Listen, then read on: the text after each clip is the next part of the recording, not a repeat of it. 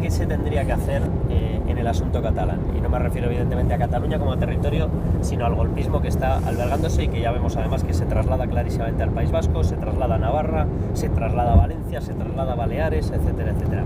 ¿Qué es lo que se tiene que hacer? Bueno, realmente aplicar el imperio de la ley con toda contundencia, y para mí eso pasa por detener en estos momentos a Torra, llevarle a juicio, acusado de conspiración para la rebelión, porque el golpe de Estado sigue en marcha. Pasa por suspender la autonomía en Cataluña de manera indefinida, por disolver los Mossos d'Esquadra e integrar a los leales en el Cuerpo Nacional de Policía, y pasa por hacer que la Constitución vuelva a existir en Cataluña.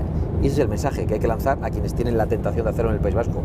Y pasa también por garantizar que haya un juicio justo, independiente, sin injerencias políticas, y por espantar de una manera definitiva el fantasma del indulto contra los golpistas. ¿Está haciendo presiones el gobierno a la Fiscalía para alterar el proceso judicial? No tengo ninguna duda de que las ha hecho. También tengo que decir que, igual que soy consciente de las presiones que este gobierno y el anterior han hecho a la Fiscalía, hasta ahora las instituciones han funcionado.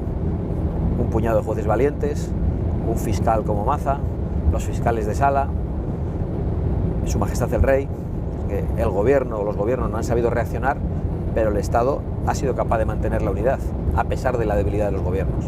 Debe haber algún tipo de programa, lo digo porque, por ejemplo, en Estados Unidos se celebra el Patriot Day y nadie se escandaliza. En Reino Unido se celebra, por ejemplo, y además se reparten incluso una especie de emblemas, unas amapolas azules, y se recuerda a todos los muertos por la patria. ¿Tiene que hacer España algún tipo de reforma precisamente para que haya una vuelta a tener un sentimiento de lo que es común, de la patria? Bueno, yo creo que esa es una batalla cultural ineludible, y hay que hacerlo. Nosotros lo hacemos en la medida de nuestras posibilidades.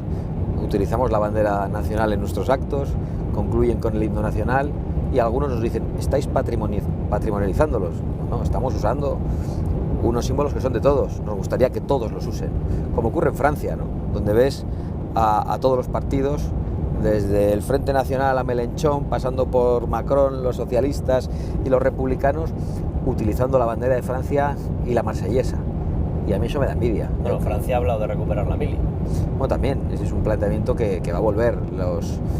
Los desafíos que afronta Europa, con un tipo de inmigración ilegal, en muchos casos fundamentalista islámica, son muy serios. Yo creo que eso va a llevar, por ejemplo, a Francia a que en el año 2049, con la actual evolución demográfica, haya un 50% de población musulmana, que se estén consolidando muchos guetos, con los que ya hay en muchas sociedades europeas. Esa es una situación casi de enfrentamiento civil.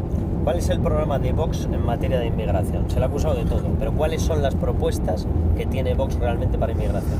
Bueno, la del control de las fronteras. Es decir, la frontera es una cosa seria que hay que defender, igual que Pablo Iglesias defiende las paredes de su casa, y los progres de todas sus casas, y abren la puerta cuando ellos quieren. Pues los españoles tenemos el derecho de abrir la puerta cuando queremos. Es decir, la inmigración hay que regularla, no se puede tolerar la inmigración ilegal. ¿Cómo se regula?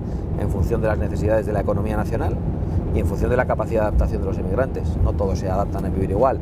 En principio se adaptan mejor los que comparten lengua, cultura, como los procedentes de los países hermanos hispanoamericanos. Ahí hay una integración fácil. Los países africanos y islámicos se adaptan con mucha más dificultad, y algunos no se adaptan, ni quieren adaptarse, y vienen aquí, algunos, no digan que generalizamos, a imponer sus costumbres, a hacer que se cambien los menús en los comedores escolares, a exigir en la sanidad, a saltarse las colas en la sanidad, y eso no se puede tolerar. A recibir las ayudas sociales que no llegan a los españoles. Nosotros lo que decimos es que eso hay que combatirlo, y que no hay que tolerar la inmigración ilegal, que quien entra ilegalmente en España tiene que ser expulsado y tiene que saber que nunca podrá ser regularizado.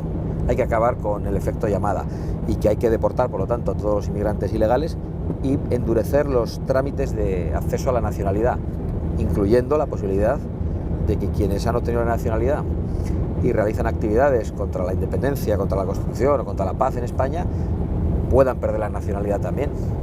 Los partidos que están en estos momentos en clave de desafío a la Constitución. Estoy pensando en Esquerra, en PDeCAT, en la CUP. Yo no sé si incluso podríamos hablar, porque hacen planteamientos directamente contrarios a la Constitución, del propio Podemos. ¿Hay que aplicar la ley de partidos? Bueno, yo creo que ya hay unos partidos que no solo han hecho planteamientos contrarios, sino que los han ejercido. Esos partidos se han convertido en organizaciones criminales.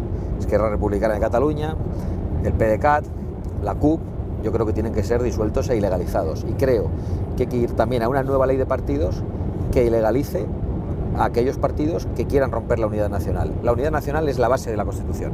Sin unidad nacional no hay Constitución. Esa parte de la Constitución no es reformable. No pueden decir, no, lo vamos a someter a votación, no, ni en Cataluña ni en el conjunto de España. Esto no es algo que podamos decidir.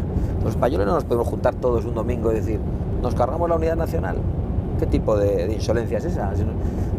Vamos a fundirnos la herencia de nuestros padres, de nuestros abuelos, lo que nos han dado generaciones de españoles que han trabajado porque estuviéramos juntos en unas pocas horas de un domingo, influidos quién sabe por qué acontecimiento o por qué canal de televisión dirigido por un multimillonario que ha simpatizado con los golpistas y con el comunismo.